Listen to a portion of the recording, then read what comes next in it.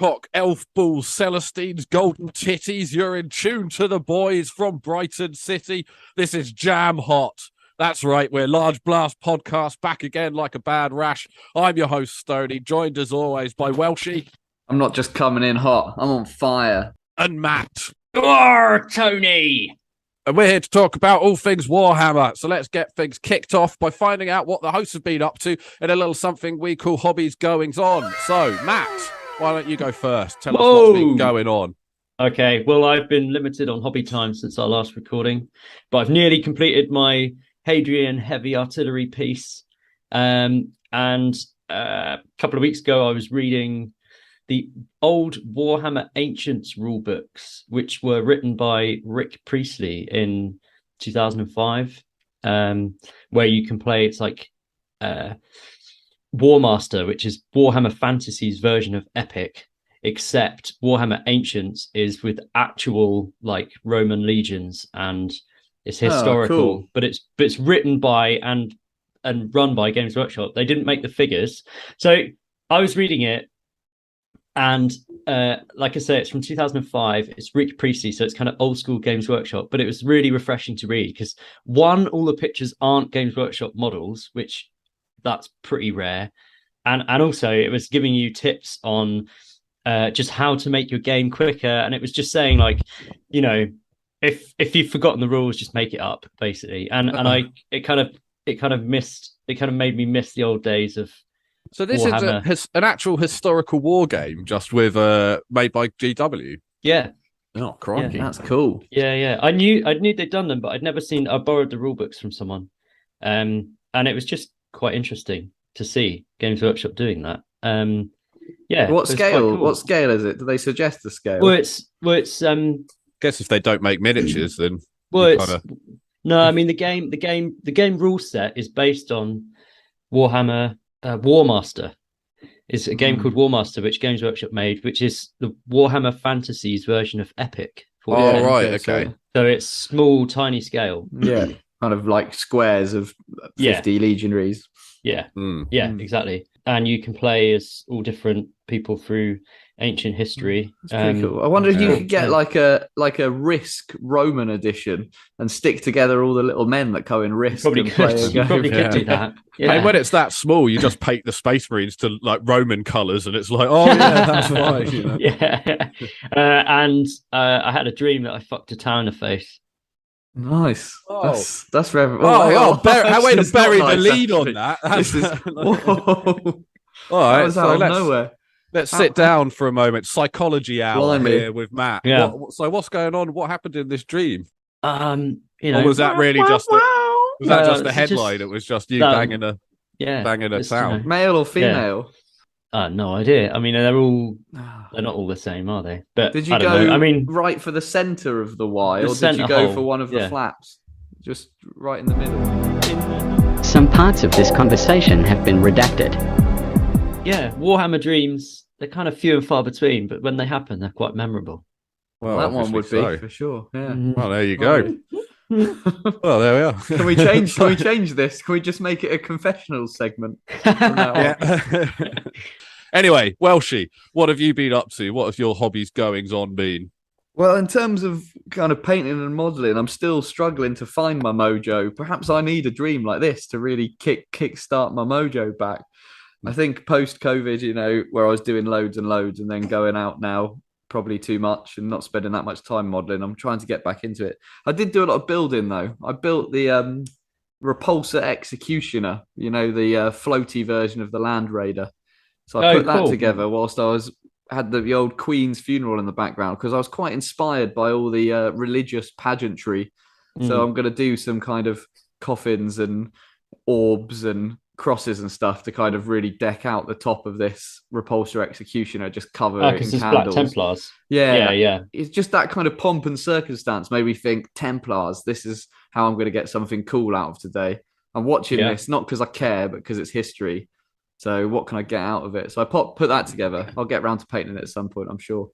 Oh, Welshie, too cool to care about the dead Queen, eh? Yeah. But, you know, what I will do is put the flag that was over her coffin on top of as a mark of respect and undying love. Well, I'll tell you what, something fucking weird happened. I think the Queen blessed us on the funeral day, because for really randomly, like normally when we upload like a thing onto YouTube or something like that, maybe like 40 to 70 people watch it potentially, do you know what I mean, on an average. But for some reason, when we loaded one up on the Queen, well, it just sat there for a little while. We had this one, the last one we did, the space travel one, just sat there on YouTube for a little while, and then on the Queen funeral day, it got like 300 fucking views. It was like, I think the Queen knew from up in heaven that her biggest fan Matt was on the podcast and needed a boost. Well, hello all the new listeners. Yeah. I mean, I was also going to say, that was also something else I wanted to say. It's just some nice interactions with listeners. So, giving it some, I thought it'd be like quite a nice time to just say, thank you to some of the listeners for commenting on shit and stuff like that. Like old Shrimpton, Jesse, obviously, Lee Jacobs, Tom, somebody, Timothy Wilson, and of course, Case Co, who's been going crazy all over the stuff. Whoa! Recently. He's been going mental over there. So maybe he's done it. Maybe between him and the Queen, we've got the boost. If we ever get good enough for a Patreon, give us a super like, or however the internet works these days. Other than that, not been doing a whole lot of modelling stuff. A bit of printing things here and there. I'm a bit worried that I need to get a new FEP. This is in obviously Stoney's boring printing corner. So check out the Instagram if you want to see how his 3D printing's been going. By the way, right, yeah, well. I'm just a bit wary about starting the big one, because I've got the big limo all lined up now, hollow and with big fucking struts the size of fingers. It's got this motherfucker. This isn't coming off for no man. It's gripped on there like the hand of death. But this fucker, the problem is it's going to use up a shitload of resin, and like I don't know. I'm a bit worried about this one before I fucking stick it on for 23 hours or whatever, rubbing all over my shitty FEP. So if anyone out there has got any advice, let me know. Finance, cutting-edge technology. Accurate information is the Large Blast podcast news. Hear every episode. So Leagues of Voltan, they came out with some crazy rules. Everyone got pissed off, and now they're nerfing the rules to make them normal again. So, if you went out and immediately bought a load of Leagues of Voltan thinking you were going to cheap your way to victory, then, you're a fucking sucker, because you got duped again. Like any new army, you got to wait for it to really settle in to know what it's actually going to play like. Yeah, this is odd. I mean, there's the good side of things there, right? I hope it tricked a load of people who just immediately bought an army to try and play and win. But I'm done. I got so hot watching this. The James Workshop video, I see what they were trying to do. It was comedic. It was silly. But they're taking the piss in multiple ways. They're taking the piss out of themselves. But they're taking the piss out of the customers now, I think. It's gone too far. Even when they're trying to explain it, saying... we play tested it against other books which were strong when they came out too. We don't know how it keeps happening that these books are too strong. That is rubbish. Every book that's come out has been too strong. The fact that they're laughing about it actually genuinely winds me up, and is why I'm not currently playing 9th edition Warhammer, and why I'm going to give all my money to Horus Heresy and buy the Age of Darkness box. Yes, folks, it's happening. I'm a Horus Heresy she's going backwards. I feel like there comes a point in every 40k player, like where you've just had enough of the new shit, and you just like that. It's time to get the 7th ed rulebook out and stuff, and just go backwards. Welshie, this is the tipping point. You're witnessing it right here. The final straw on the camel's back, not the one that Matt's been inserting into the forehead of, but the final straw. I'm done with it. I'm still going to make my 40k armies, the pay plastic that I've got. I'm still going to put together. I love the background. And I guess I'll just wait for 10th to hopefully come and fix everything again for a bit. But I don't see myself playing much 40k unless it's a nice, big, happy, friendly, themed, silly thing, because it's just got ridiculous. Matt, what do you think about it? Sorry, I had a big rant there. I told you I was hot. You've been hot for a while on this subject. Well, really it's good to see it kind of manifesting itself now, I don't know. I didn't really feel any of those things when the video came out earlier today. I just thought it was quite funny. I don't know how they got the actor out of the out of whatever other work he's doing to get him to do this straight away. It's like we need emergency acting. He's James just someone that Workshop, works we need there, you isn't in. he? He's blatantly No, just no, someone he who isn't. works there. No, I have actually looked him up. You're all over his looking up a while ago. IMDb trying to give him a fucking rating. Yeah. He's a voice actor. I think he started doing some of the voices for them, but he does other work. Because I'm sure I've heard him do adverts on the television. But it didn't wind you up. I know it was funny. No, Don't get me wrong. I did have a laugh at it, but part of me was you're making a joke out of something that's kind of ruined my enjoyment of the hobby. But the thing is it's kind of like I get what both of you are saying, because actually it was kind of like two videos to me. It's got the James Workshop bit where it's kind of like, oh, this is like kind of a fun thing, and then it just cuts to two dweebs sitting there being like, sorry, we fucking duped you. Like now we're gonna like come out with some proper rules. I think they even ended the video being like, oh, but we'll have the rules out properly so when you can get everything ready for when your army comes out. And it's like that's what Cunts was doing in the first place. That's why they're pissed off with you, is because you did that and it was turned out to be a load of shit. I mean, to be honest, I actually didn't watch the video to the end. I watched the James Workshop bit, and then I saw these two start like apologizing. I don't like seeing people apologizing, so I just turned it off. I agree. I kind of felt like, ha, you, all those people that bought loads of the models, look at them. But then I also kind of felt, well, no, that's bullshit, because they've actually gone out and bought all the models because they were thinking that they were getting a product. But it could have been us if we liked the range. But but if you like the range, then it's still like you still enjoy the models. I mean, the people that would be really pissed off, like it's hard to feel that sorry for people that went out and bought it because they were like, right, I'm going to be a complete cunt and kick everybody's ass with this. But at the same time, they did still spend their money on it. Do you know what I mean? And it is still like it's not right to dupe them, you know. So I don't. It's hard to really care about either side of this argument that much. But at the same time, like it's pretty underhand. I mean, is this not something? This is a sad state of affairs that happens with a lot of things in this day and age. But should we not just assume that every company is out to dupe us from the beginning, right? So I mean, like if Games Workshop says, hey, we're bringing these out. Mega army, and you can buy them now, then like that's shady, right? You shouldn't go and buy anything until they're out of being play tested, because you've seen how much they changed the rules as it is. So it is crazy. It is crazy, but then at the same time, it's kind of what we wanted a few years ago. We wanted the game to kind of evolve, and they're obviously kind of listening to what people are saying, because they're changing it. The box sets come out, so people have got the codex, but the range has only just come out. They're listening. They're kind of cued in to how the game. The fact that they've done something, is so quickly is good. Yeah. The fact that they needed to do something that was so obviously wrong, and has been the case over and over again, good. And then the fact that in their blurb they put a thing in bold: "How did this happen?" ? Like it wasn't obvious that this was going to happen. Every pre-review YouTube channel of anybody that knew anything about playing, from the top level to the bottom level, said this book is going to be overpowered.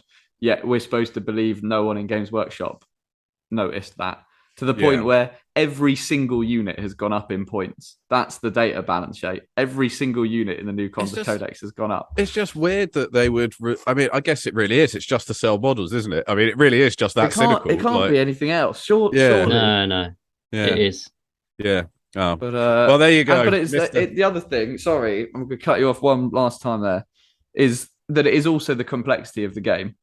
The game is in a state now that it's so complex, and there's so many ways to play it, and there's so many stratagems and rules and different army buffs and traits and chapters, that it must be genuinely much harder to balance than it ever was before. So maybe there is a genuine aspect of that, but that's because the game's too complex. Do you think maybe this is a kind of this initial codex is kind of a glimpse into the past in a way? Because if they really do release this, they get this stuff sorted out maybe 2 years ago, maybe they really did think, right, this is the state the game will be in by the time we release this codex. Do you know what I mean? They thought like, everything will be this overpowered by the time we hit when the squats come out, that actually this is the book that they'll be using. But then at the same time, they must, if they really are planning that far ahead, they know the other books that have come out. So, I mean, it's hard to know. It's hard to know. But probably it's just to sell some models, right? Where's my guard codex?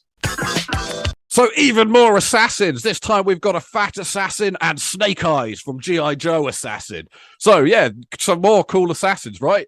Yeah, really Right. exciting for my new game format, Horus Heresy. You heard it here first. Damn straight. So these are cool models. Have a check of them if you're into assassins. For sure. Venom, they do poisons. Adamus, they cut off heads. Yeah, the Adamus is really cool. I'm really glad to see some more husky representation in Warhammer 40,000. So I like these poison boys. Yeah, chub.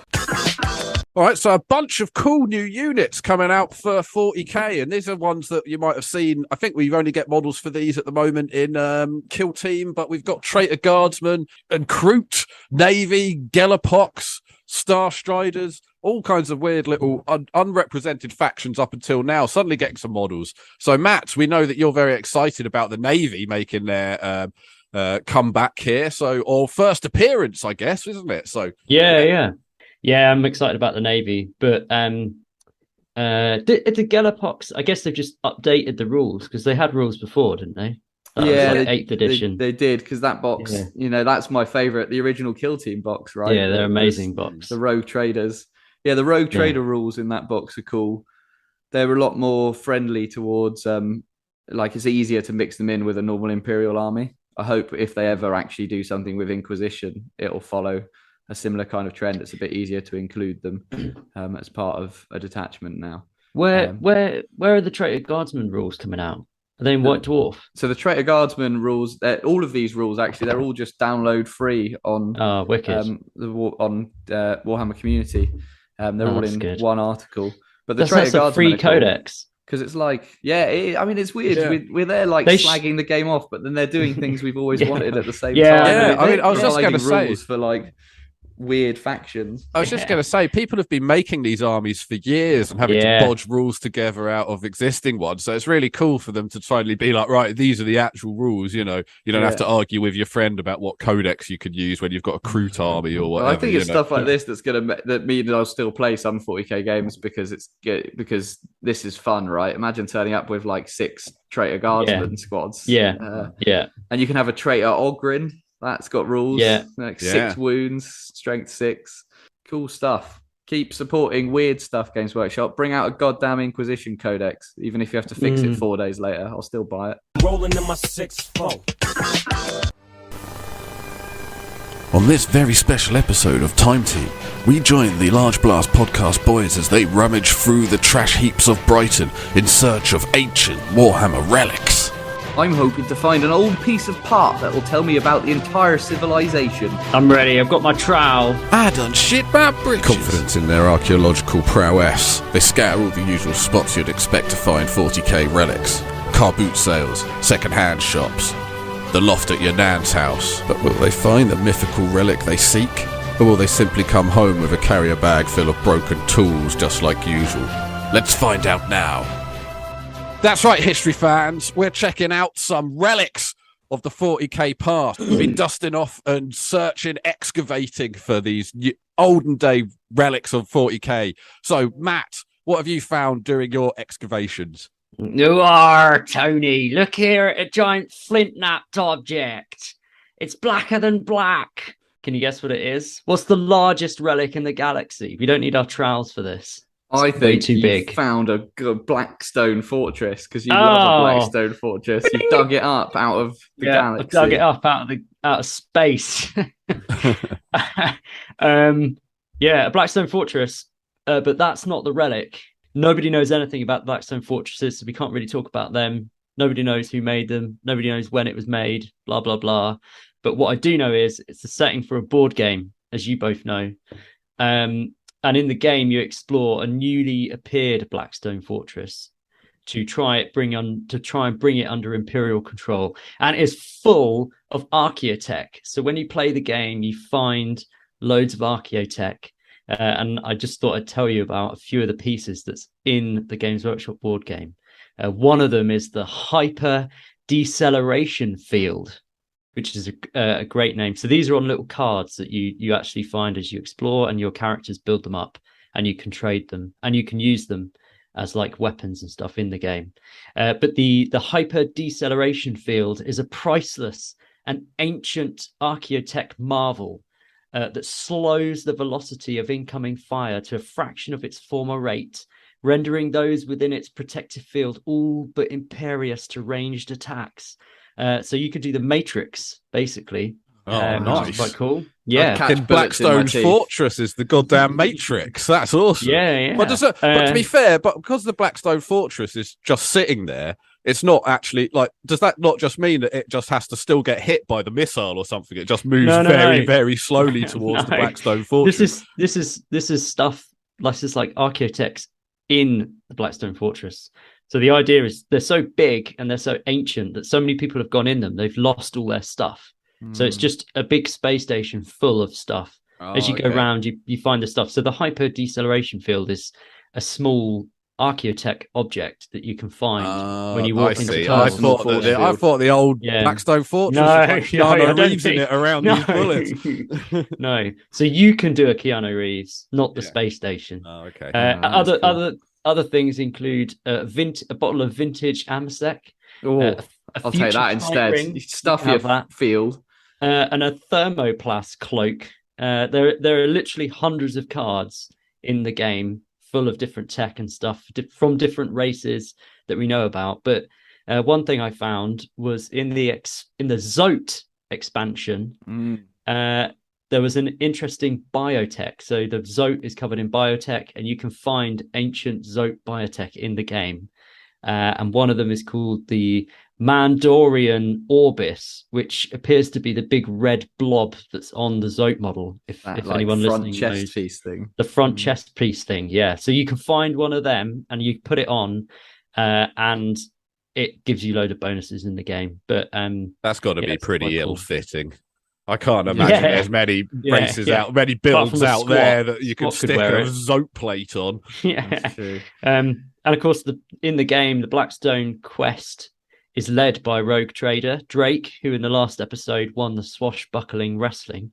And that reminded me of the Halo devices, which I think we talked about before, which is these things from the Halo stars, ancient devices. People go there and find them, rogue traders, and it gives you you last for you're eternal, but it slowly makes you mad, and then you start eating other humans. Seems like I don't know when we spoke about it, but I'm pretty sure we have. Yeah, kind of vampire type thing.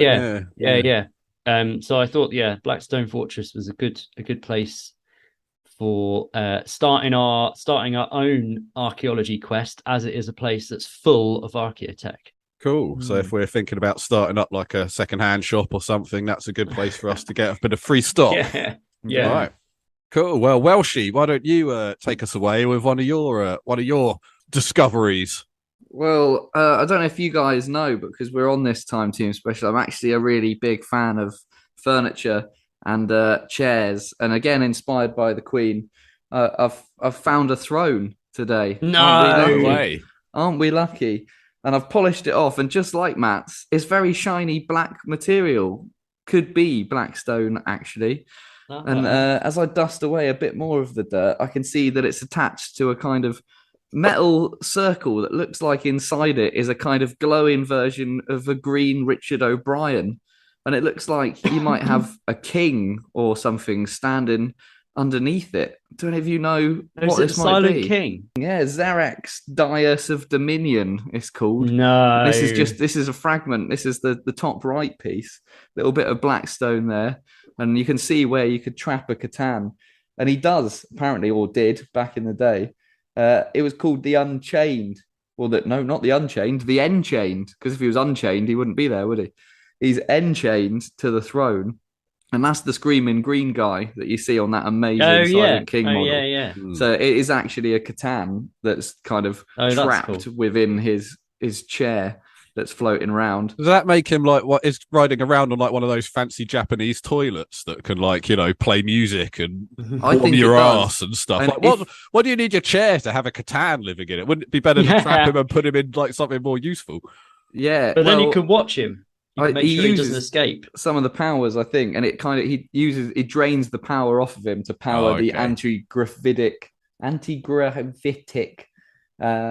not just the chair itself, but the two big old rocks that float around with it. The of course. menhirs. I forgot about the floating rocks. Floating rocks that blast out the big beams of doom, flat Okay. 6 damage beams, when flat 6 damage was novel and new and worthy of the king of an entire race.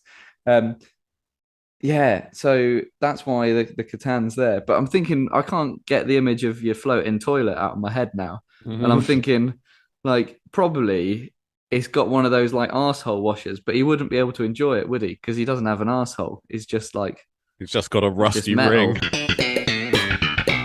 But the other good thing about the Flown is you don't have to travel alone on your graphitic impulses, because you can take a couple of mates with you.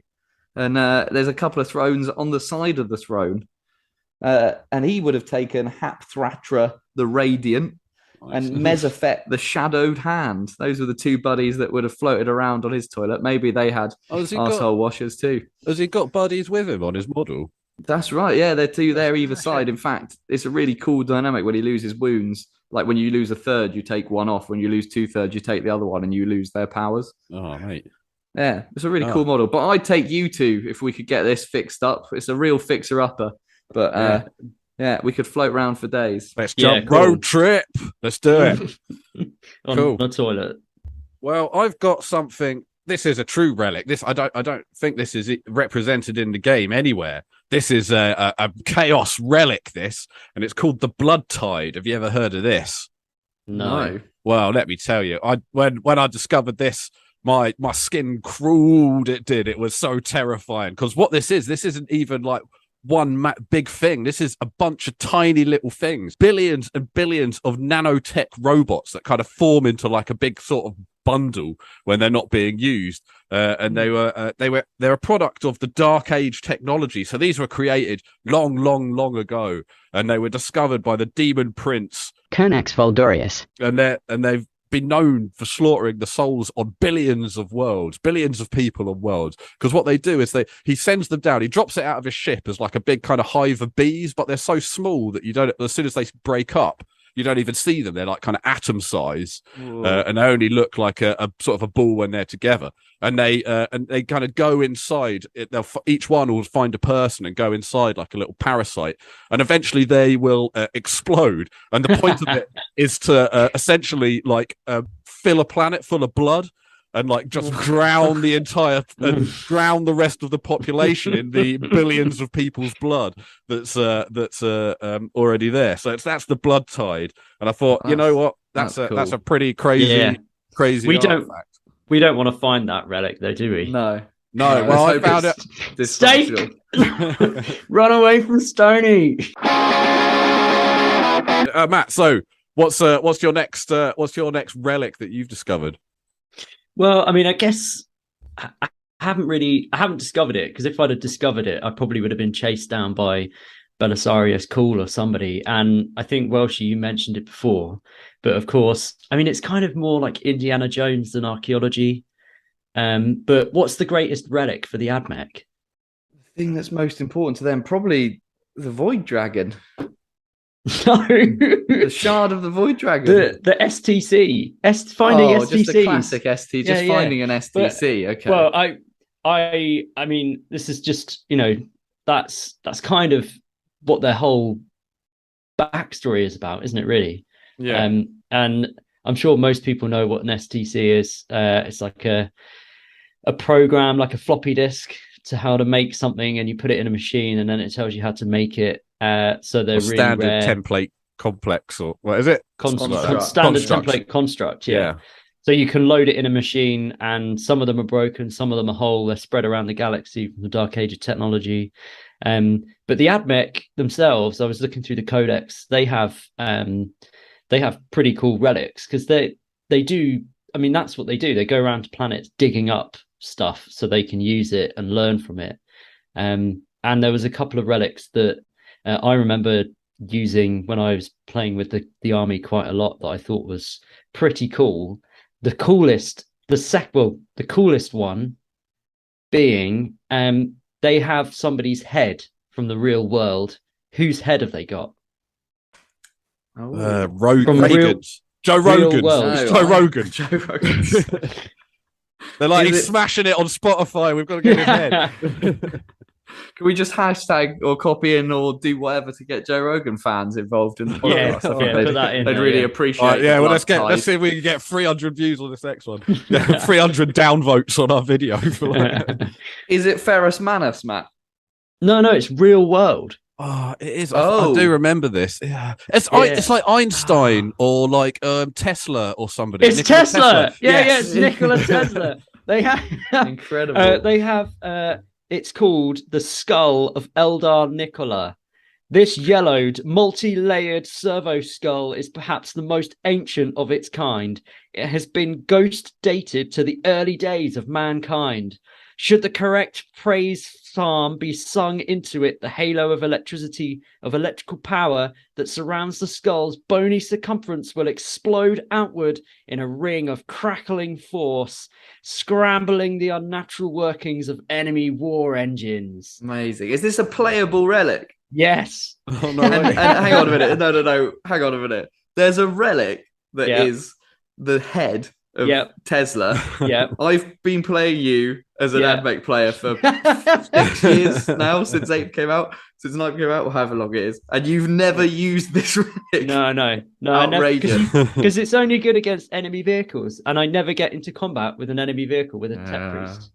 So, Mm. but Yeah, I'll it's let you off. amazing. It's amazing that there's a relic in a Yeah. 40k codex Crazy. that is based on someone real world from 100. I years love ago. that stuff in the books. that Like, is- I love it when Yeah, it does yeah. that. They often like quote things, and they'll say from Yeah. techno bard Shakespeare. Or Yeah, something yeah, like yeah. that. It's great. Yeah, and the land of Mercia and stuff. The and there's another relic that Welshie, I'm sure you'll remember. And this is a relic from somebody who was alive in the imaginary 40k universe. He's a very important person, and I used to use this all the time, but now it's not in the latest AdMech codex. If you can't guess it, I'm going to tell you. It's the, can't even say this word. I used to pronounce it wrong all the time. It's the Autocadeus of Arkan Land. It's the playable relic that is like it used to allow you to re-roll when you heal, when you repair a model. So I used to use it all the time with my text priest at the back, because you could, if you rolled a 1, you could re-roll it and get a 6 or whatever and heal your models really quickly. So it just made you really good. And that obviously is a relic from Arkan Land, the creator of the Land Speeder and other links to the Horus Heresy that we've discussed recently that I can't remember. Yeah, I could jump in here because actually that review I gave of Echoes of Eternity, Arkan Land is a big character in it, and he is right. fucking hilarious because he's like, he just doesn't give a fuck. He's just trying to save himself. He doesn't care. He refuses to call any of the Primarchs by names. So even when he's talking to like Zephon, the Blood Angels guy, he still just calls them by numbers. And he's like that. He's like that disgusting mutant you call sire, like in reference to Sanguinius. Like you don't hear anyone badmouth any of the Primarchs apart from Arkan Land, and it's brilliant. He invented the Land Raider just so that he could get the fuck out of there. He's just like, get me out of here. He's also got a handheld atomic pistol, like an atom bomb, but handheld gun, which is mental. But it's actually quite a good segue you've led into there, Matt, because he's a techno-archaeologist, Arkan Land, and we know about the Land Raider, and we know about the Land Speeder, but did you guys know about the Land Crawler, which is an STC I've learned about recently? Let me take you. Is it like a farm vehicle? Sorry. Oh, it is, Stoney. Let me take you on a blast from the past. Whoa, shit! The 70s. The 80s. The 90s. Oh, we're going back in time. Is that a space squat? It's time we take you back with a blast from the past. Okay, so gentlemen, it's a blast from the past. This is the Land Crawler. Now, the Land Crawler was one of Arkan Land's most important STCs. Let's not give him too much credit, because as Matt's already explained, he didn't really design any of these. He just found the STCs. And do you know where the STCs for all the things that are called land were? Farm vehicles. Farming planet. No, they were found in the library on Mars. So he just went just went so to the far library. into the library that he found the STCs for all these vehicles. And the most important one is probably the land crawler, because it helped industrialize agriculture across the galaxy and enabled the spread and food resources for humans. But what I didn't know until literally today when I was looking things up is that the Death Corps of Krieg, because they couldn't get sentinels to walk through the trenches and the mud and the quagmire, they adapted the land crawler farming vehicle to make 2 tank variants. One called the Siegfried, which had a big cannon on the top, and one called the Brunhilde, which was more of a transport vehicle. And they literally just took the kind of chassis from this farming chassis and stuck and welded bits to it to use in battle. And Games Workshop made models, but only for Epic.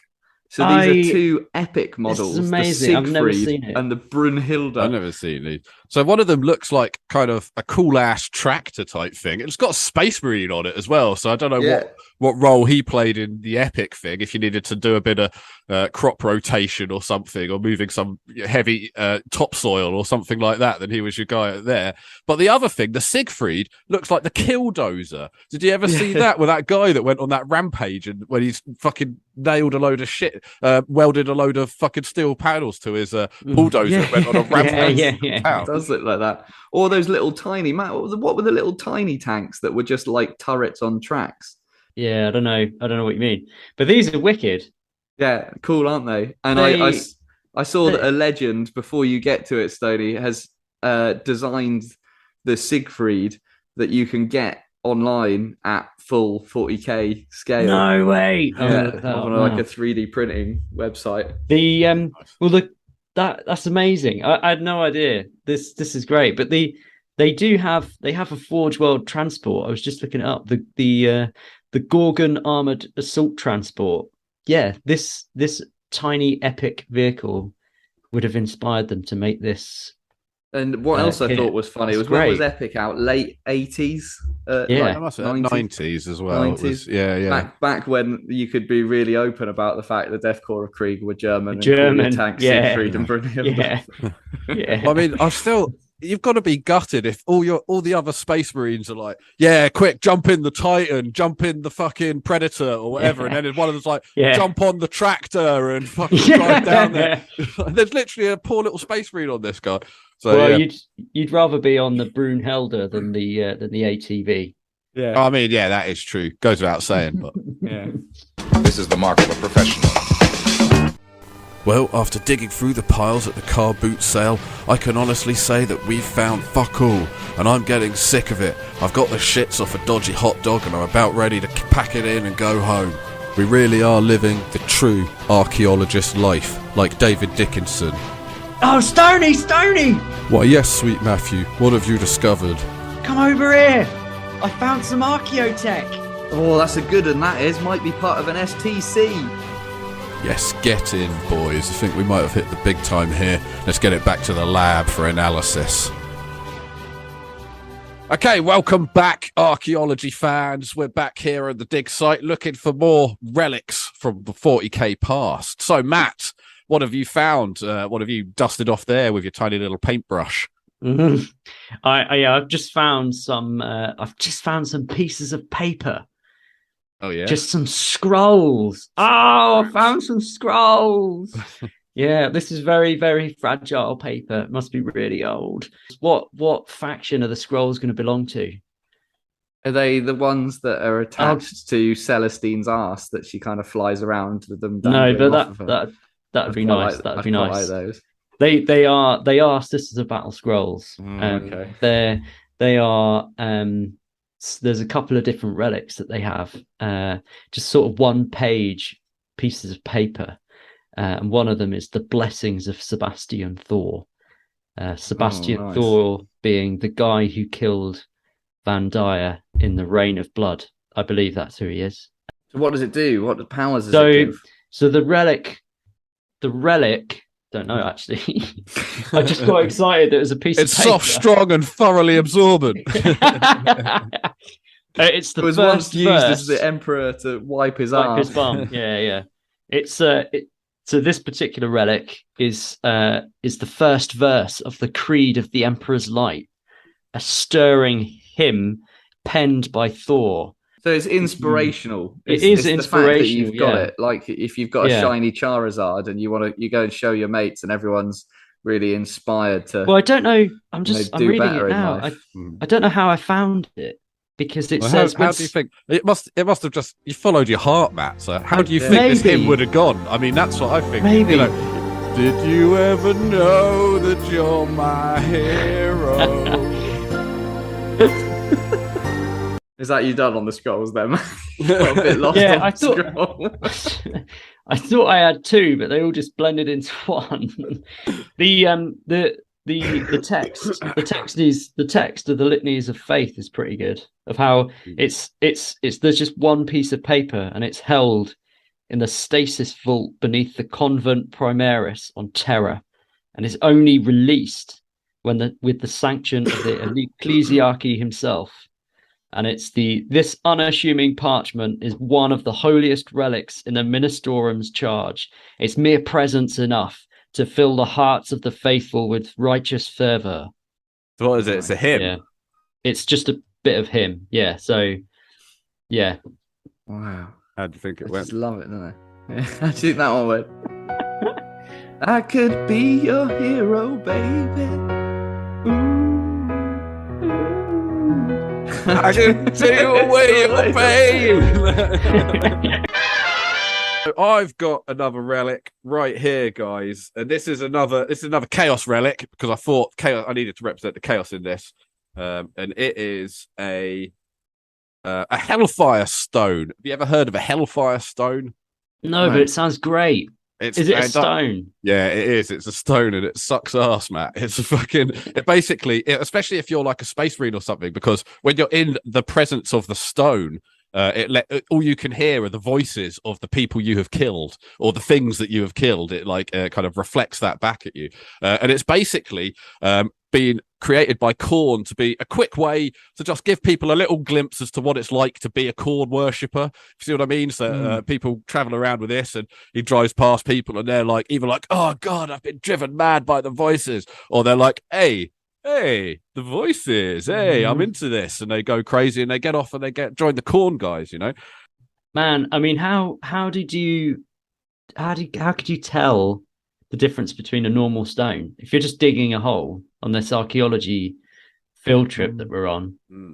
I think this one talks to you, which I don't think most stones do. That's it, exactly. That's the giveaway. And I think it can talk to like whole planets. It can make like plagues of. It's kind of like it's this kind of like plague of people going mad. If you see what I mean, is kind of but it's also like a demon thing. So sometimes it's actually there, and sometimes it's not there. You know, it doesn't. It exists in the materium very loosely.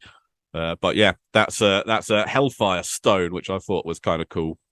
Yeah, that's cool. It's nice and simple, but it corrupts. Yeah.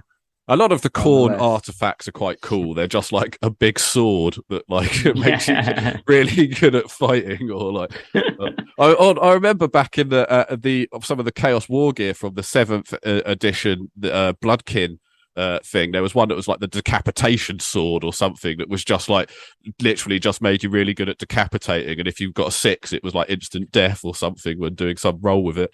But yeah, so nice. Nice. Well, and simple. we must be in a bit of a corny area here, boys, because I've just dug up something behind you there that looks like a little shard of orbital bone, a little shard of skull. No. And, I think that this little shard of skull, it might only be the size of my thumb, but from the shape, I can tell you that this would have been found inside the Blood God's brass citadel. No. Crusted, covered in gore. Okay. This would have been right in the middle of the room. There would have been channels of boiling blood running around the skirting boards, and this would have been piled up. And I reckon even part of a throne That's right. No. Another Whoa, the throne. blood Another God's well, throne. that's quite a lot of chairs, but yeah, This no, but might still, be. we're interested in the chair in the blood throne. So you're telling me that there's a big chair in the middle. There's trickles of blood running around the outside like a train running around the ceiling of a Chili's. That's what I'm telling you, and I'm telling you that this tiny bit of skull here might well have been part of the skull throne. And there's only one person I can ask to check if that's the case. Well, who's that then? Let me just go and get him. He's actually come down to visit. That's right, boys. It's me, Neckbeard McGee. You thought we'd got rid of me, but you haven't. I'm back, and I'm here to tell you that the skull throne isn't even made of skulls. It's poppycock. The skull throne isn't even skulls. The skull throne is made of brass that sits on top of a pile of skulls. So fuck you, Neckbeard McGee, out. All right, Neckbeard Well, McGee. he hasn't changed much, has he? Fucking hell, you would have He thought hasn't time loosened and up, does he? temper, I thought- Neckbeard McGee. Well, I'll invite him down here for a bit of time team. That's it, boys. Skulls for the skull throne. Apparently, the skull throne's not even made of skulls. Well, that's it. Well, Unbelievable. It's on Unbelievable. on top of the pile of skulls. Yeah.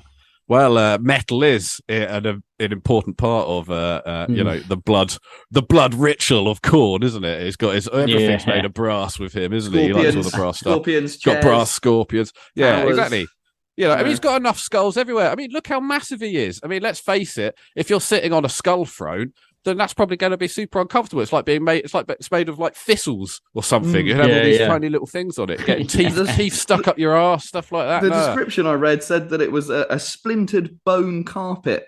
I didn't know whether that meant that it was just bones on the floor or whether someone had made a carpet with like splintered bones sticking I'm just up. but I thought imagining both would walking be. on that now. Well, you think Yeah. Khorne's interior designer? I know, not So that's good because special then your demon. feet would bleed. You get more blood out of you. Yeah, You've got that to is walk true. on a splinter bone carpet. Yeah, like in Die Hard.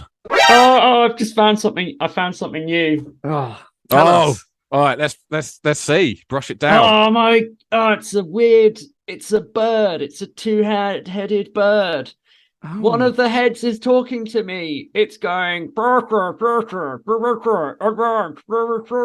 It's talking to me.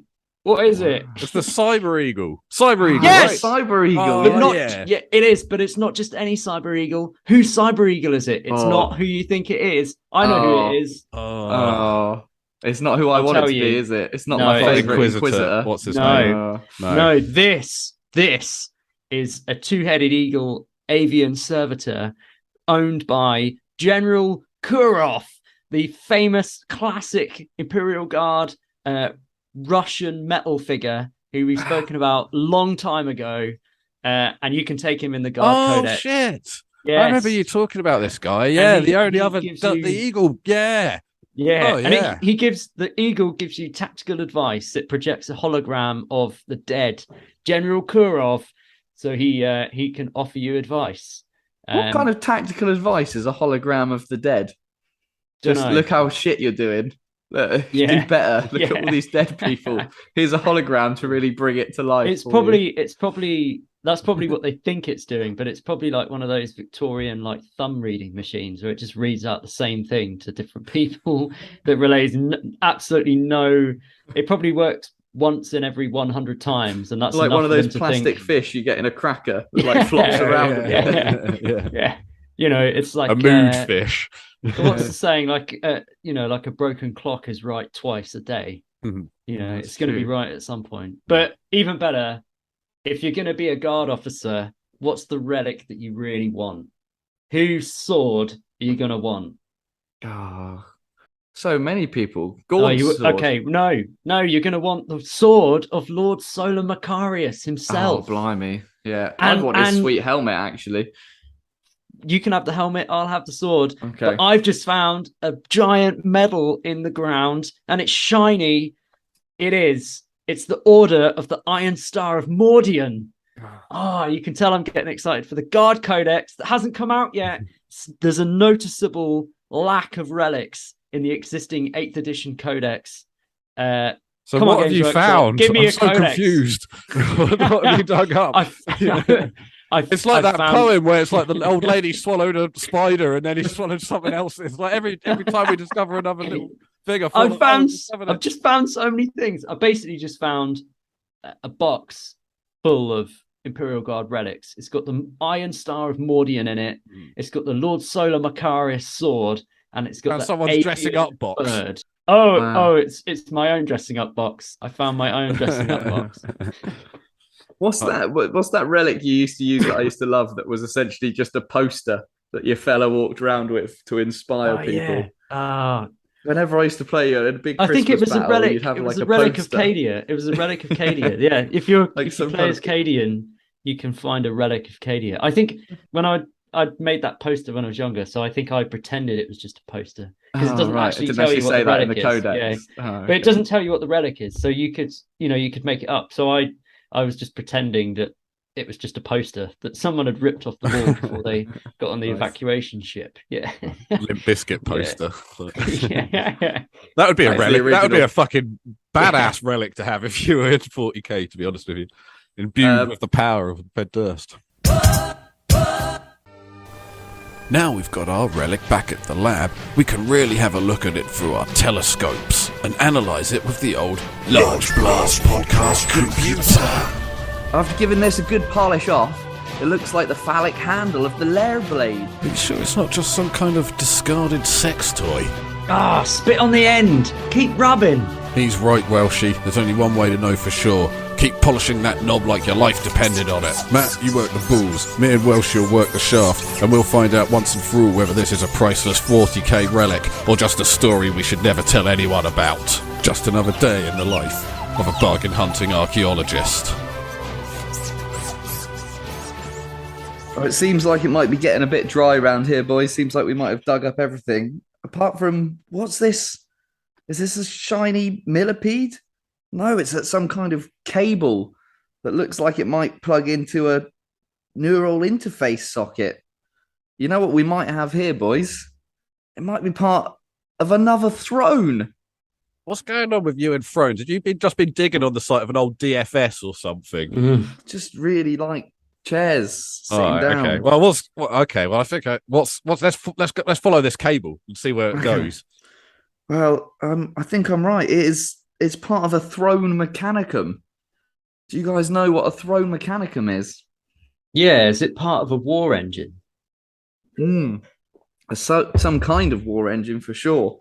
A Titan? It's where you sit in a knight or a titan. The titans tend to be a little bit different. They're more like you kind of confined in that.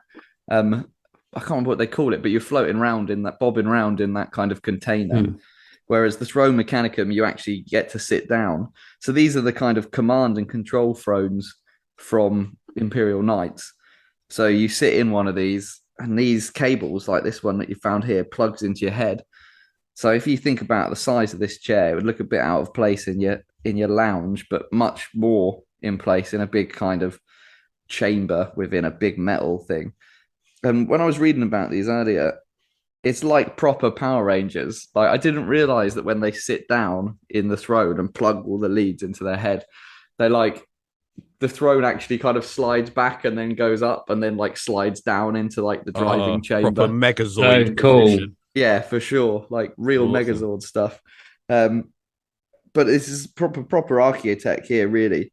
And if you wanted to actually sit in this, I think when we talked about knights many episodes ago, we mentioned that you need to complete the ritual of becoming, which is where you have to sit when you first meld with your knight, and it shows you loads of like horrible pictures and measures your like emotional response, and you kind of go through hell in this seat and become one with the machine. It's very Pacific Rim. Yeah. But it turns out that one of these thrones, because the kind of interface between the human and the machine spirit becomes so molded over time, there was this story I was reading where there were some knights fighting a load of Eldari Wraith Knights, and the Eldari like shot one of their high-speed shuriken things, and it went in and it killed the pilot. But then the throne took over, and the throne started driving and went nuts and like took out like 5 Wraith Knights by itself, and then kind of imploded. So they're pretty cool as thrones go, the throne mechanicum. Not only can you plug it directly into your skull and control a massive Megazord, but the throne itself might take over if you die and avenge your death. if you're a pilot of one of those big knights, is it kind of like if the Titan or whatever knight gets hurt, you get hurt as well, kind of thing? Yeah, you definitely like they feel it, and I don't know if it like as physical pain, but certainly as like mental pain and emotional response to it happening. And when they see like buddies and stuff, it said when you do that ritual of becoming and you do that initial link, like if you're really hating someone, like if someone's tripped you up that morning, then the night that you drive will hate that person and their night forever. Like it never goes back. It kind of takes on your emotional state at which you're kind of bonded to it. So if you're sad, so like some people fail it because essentially they're so scared that the machine becomes so scared that it doesn't do what anyone wants it to do on the battlefield. It just gets destroyed. Is there not a lot of them? Yeah, like kind of like a rejected liver or something. Do some of them just kind of like get kicked out by? But some of them just die. They don't survive the ritual of becoming. It's just too much, and their like head implodes because of all the horrors that they have to see and all the emotional responses and linking with the machine spirit. So, yeah, it's a throne that you might think is quite cool to sit in, but you've really got to be sure of yourself to get through it, I think. So what? I mean, would you do it? Let's say if you were in 40K, right, and someone comes to you and they're like, right, it's time to start being one of these drivers. You've got to link in with a big computer. Maybe there's one you've got your eye on. You've made a friendship with outside of this, and you've known. I don't know. Would you risk it to drive a big fucking mech? That'd be quite a cool position to have on the battlefield rather than being a grunt or something, right? It's certainly cool to think about driving one, but I think you'd probably. It's a big You're target. more likely to die. Yeah, it's true. Because, like, I don't know, if you're 1 in 1,000 boots on the ground compared to 4 versus 4 knights, you probably all but one are going to be dead at the end of it. Yeah. But that's why you've got to be the best one, don't you? I think you get a pretty sweet life off the battlefield, though, if you're in a knight household. I'd rather be a princeps on a Titan than a knight. Yeah, it's less chance of the Titan just immediately being wiped out, I suppose. Yeah. And you've got other people around you. The knights are like medieval knights, aren't they? So they kind of have their castle and their serfdom and stuff. So yeah, that'd be quite cool. But I don't know. I'd rather be a rogue trader. In some of those bigger, like some of those Forge World models and stuff, when you can take the head off and they've got the guy sitting inside there. Some of them like take the top when you take it off. There's like 3 pilots in there. Yeah, that's the warlord. How does that work? Are they all is that maybe like like fucking Power Rangering it? One of them's doing the legs. They're just servitors. They're like, okay. No, there are other people in the bigger ones as well, and then the really big ones have got thousands of people in. But there's like tech priests in the engine room and stuff. My big knight has got the little dude sat in the chamber. He's smoking a cigar in the Forge World one I've got. It's like in a box that's like no bigger than just his body that can fit in. Just smoke puffing away, hot boxing. Yeah. Grimy bastard. Horrible. Check. I'm the fucking man. Who's the match? Hello, history fans. You have joined me as things have taken a bit of a strange turn here. We were all busy rubbing down the artifact when I stepped away only momentarily to put on a wrist brace. But when I came back, the ground appeared to have split open to reveal hideous pink tentacles that had come out and were doing unspeakable things to the chanting bodies of Matt and Welshie.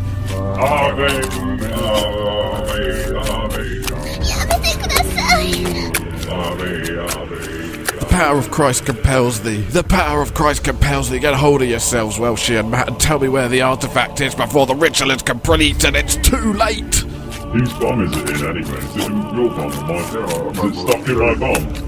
And as there seems to be little to do now but await the prophesied arrival of our Dark Lord Slanesh, there's little for me to do except for thanking you all today for joining us on this very special episode of Time Team. All hail the Dark Lord. All hail Slanesh. So it's back. It's making a bit of a comeback. It's the random topic generator. That's right, where we generate a topic randomly using the patented Large Blast Podcast dice, hermetically sealed in radon. Will you unseal it from its radon package there? Well, not too careful. Don't breathe that in too hard. Give it a roll. It's a 4, guys. Which loyalist Primarch would you most like to see a chaos version of? Ooh, Ooh, that's a good one. I have a couple of initial ideas. I'm going to shout one out. Go for it. I would like to see Chaos Angel, Sanguinius, falls Dark to Angel. chaos. A real Dark Angel. Yeah. I Do think you think he'd be that would like amazing. just like bat wings and? No, I think not too tainted. Just like an evil.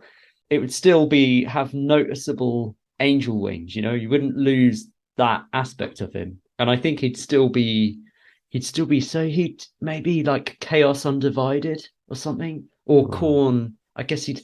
I mean, that's it. I feel like he'd have to be Corn, but at the same time, I was literally just having this same conversation with myself in my head just now. I was thinking like he's got to kind of fall to Corn, but it'd be so much cooler as Undivided with just being like kind of like Edgelord with the cloak and the Morpheus sunglasses or something. Yeah. Yeah, that's interesting, isn't it? Like which gods? It is kind of obviously Corn for him, isn't it?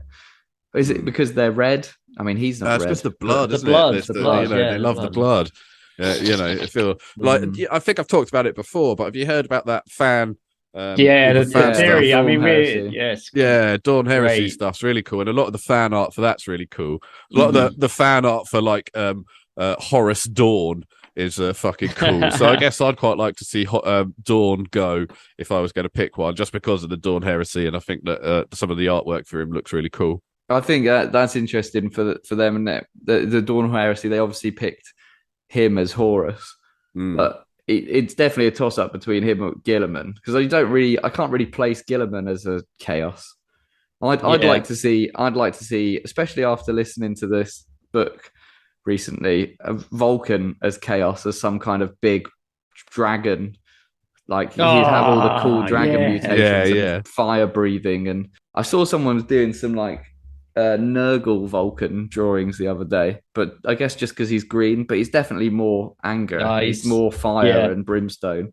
But I don't know who would the Slaanesh version be. I guess it would be the lion, right? The lion would have to. He's the prettiest of the good guys.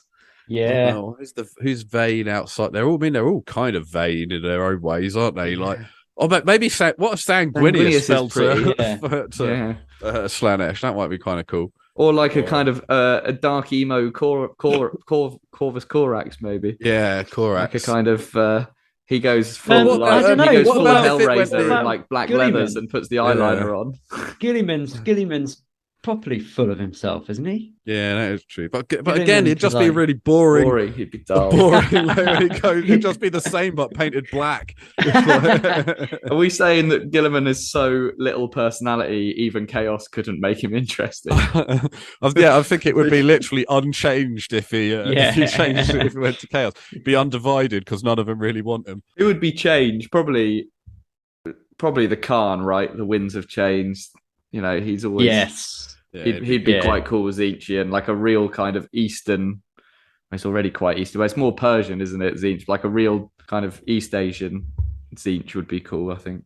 Yeah. What about we're just naming loads of all the chapters here now, but like a chaosy space wolves, like a kind of a space dogs. Yeah, they're all like half kind of dog men and like because I mean some of the models that they've released for them are a bit. Yeah. What are they called? The 13th Company, the Company of Space. Remember those old models that were like half wolf, the old plastic models from the Wolfham. Yeah. No. Like this is like 2005 kind of. Not the Wolfen. They're not like full on. They lost a company in. The ones that they don't talk about. They're supposed to have actually turned into wolves. Yeah, I think so. Yeah, you used to be able to get the plastic kit. They were amazing, and they came with chaos bits because they were kind of chaosy space wolves. Yeah. Oh, this is turning into a full episode. Yeah, maybe we'll save this for another time. Yeah, cool. Yeah, save the content. Cool. Well, who did we want to see then? Who did we agree if we wanted to see a? I'm going Vulcan. Well, we both said Sanguinius. Oh, we both said Sanguinius. Yeah, I'm sticking with Sanguinius. Cool. Sanguinius takes it then. I'll shat my pants at the taxi rank. All right, welcome back, everybody, to the last part of the show, the Lords of Law quiz, where I pit Matt and Welshie against each other. And I'll tell you what, boys, I think that the Lords of Law's been getting a bit tame. It's been getting a bit lame. It's not extreme enough. Do you know what I'm saying? Yeah, I guess so. I want it to be more like one of them shows where people go to the jungle and they eat worms and stuff like that, right? Yeah, okay. Yeah, cool. Right, that's what this show's all about, and that's why we're going to do Who Can Destroy the Most Warhammer quiz, right? Where I'm going to get you guys. Here's the rules, right? Both of you guys have to come with a Warhammer model. I will decide which Warhammer model is the best. The Warhammer model then that is the least best. You have to destroy with a hammer. What do you say? I think these Lords of Laws have got a little bit. We've got really quite low on here, really. Stony. I mean, it'll be good because if you bring you've just got to bring good models. Because if you bring a shit model, then you've got to destroy it. So as long as you only bring good models, I like all my models. I'm quite attached to them, quite addicted to them. It might be time your reign's over, really, on the old Lords of Law quiz. This is nonsense. I don't know. What alternative do we have except for this what are we gonna extreme quiz? I've got a kind of maybe like a throne based one. I've got more throne facts for those that have listened to the whole episode. If you kind of want to finish on those. It's time for Welsh's Mega Extram Throne Quiz. Well, there's one throne that we haven't talked about that's really, really important in the 41st millennium. It's kind of shiny. You want to kind of think about a person being there alone, taking time to himself. Mm-hmm. Big shiny, you want a lot. You want it to be in the light. You don't want to do it in the dark. The throne I'm talking about is obviously the toilet, the shitter. Okay. Right. So I found, and I can't take credit for this, and I can't give credit to who wrote all of this because I can't find their name. But some absolute legend online has gone through and they've described what the toilet situation would be like for every single faction. Not even just chapters, but like sub-chapters as well. Okay. So what I'm going to do is describe you the toilet, and I want to know what faction/sub-faction this toilet description is for. And it's not just Imperial, it's Xenos, it's everything. Okay. Hells yeah. So we'll start with potentially an easy one, just to get you in the taste. We'll take first come, first serve, I reckon. So this type of toilet would be mounted on the weapons platform of an attack bike. Space Marines? I'm going to need more detail. It would be a white scar. ATV. Correct. So the white scars, their toilets would be on attack bikes. Okay, a little bit more out there then. And I'll give you the actual. Maybe I'll tell you that this is a Space Marine chapter to narrow it down. This one, they've said, would be a fire hydrant / lamppost. Salamanders? Likes to go to the toilet, piss on a fire hydrant or a lamppost. Space Wolves. Space Wolves. That's a point apiece there. This, I'm not going to narrow it down for you because I think you should be able to get it here. Okay. The description here is everybody takes it in turns being the toilet. Oh, Slanesh, Fulgrims, boys. The boys are Fulgrims, bum boys. The Emperor's bum boys' children. We got there in the end. Yeah. It's the Emperor's children. Okay. Okay, we've got another one here. Trust me, you don't want to use them. Nurgle man. Nurgle boys. The Nurgle Mortarian Death Guard. Death Guard. The Death Guard. This is 3-1 to Stoney. Here's one specifically for you to catch up, Matt. Everyone has his own perfectly neat toilet and shits in perfect synchronicity with the rest of the unit. It's all Space Marines. This is not Space Marines. Oh, right. Oh. What? Cadian? Oh, not Mordian. Quite. Mordian. The Mordian Guard shitting in synchrony. This one just says, you really have to question whether you'd want to stick an exposed part of your body into this hole. Tyranids. Oh, no, but good thinking. That's what I was going to go for. Shit. Second part. However, you might end up enjoying it. Question mark. Demons? No. We're going back to Tau? No. That would have been funny. Do you want another clue? Yeah, give us a clue. Someone offered you some whips and leather on your way in. Oh, Dark Angels. It's a Dark Angel Dark toilet. Eldar. Dark Eldar toilet. God damn it. Yeah! I think it's 3-3, but I'm not really Yeah. paying attention. The next one. The plumbing here is a bit odd, and it only seems to flush when you truly believe it actually has a plumbing system. In some cases, however, there's actually a sneaky grot to loot and wipe your ass. Let's do the final one then. It's worth 1,000,000 points. That's all to play for. This is a very specific type of being from a faction that I want to know here. These toilets have evolved to the point where when you shit, your morale is in its purest, sweetest form, and there is no smell. You don't even have to wipe afterwards. Oh, is it like a cherub? One of them cherub guys? Although I guess they've no. always said they could look like they really smell bad. It's more a kind of thing that thinks it's shit don't stink, to quote Andre 3000. A sister of battle? No. Oh, that's good. That's a good one. That's a good one. A saint? No, they think they're saints, but they don't have any psychic ability. Oh, is it Ethereal. Oh, well done, Matthew. He wins. Oh, yeah! Only the Ethereals could be truly convinced their shit don't stink. That's been it, the Time Team episode. I hope all you history seekers out there have had a good time. We'll see you next time. Say goodbye, everybody. I'm off to the toilet. Bye.